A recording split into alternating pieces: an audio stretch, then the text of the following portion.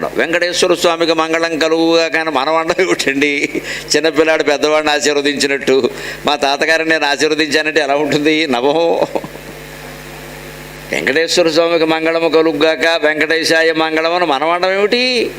ఆయన తెలియదే, ఆయన కలగదా? మనందరికీ మంగళం కలిగించేవాడు ఆయన. అంటే అనడంలో అన్నంగరాచార్యుల యొక్క అన్నన్ స్వామి యొక్క ఉద్దేశం ఏమిటి? ఆయన ఎందుకంటున్నాడు అంటే, స్వామివారికి మంగళం కలిగితే ఆయన కడుపులో ఉన్న 14 లోకాలకి మంగళం కలుగుతుంది, అందులోనే మనం కూడా ఉన్నాం కదా, అంచేది మనందరికీ మంగళమే కలుగుతుంది. అంచేది ఇది ఒక రకంగా మనకి మంగళదాయకమైన స్తోత్రం తప్పితే ఆయనకు కాదండి. ఆయనకి ఎప్పుడూ మంగళమే.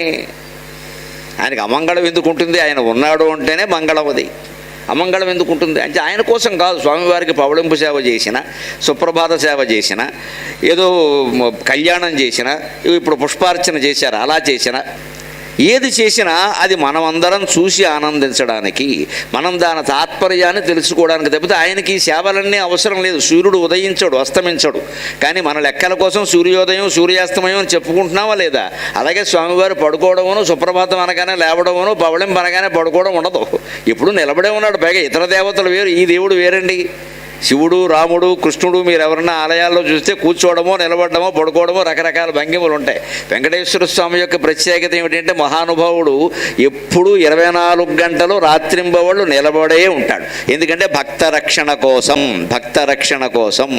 ఎప్పుడు నన్ను ఎవరు పిలుస్తారో తెలియదు. ఆయన కూర్చుందామంటే పీఠాలు లేవా?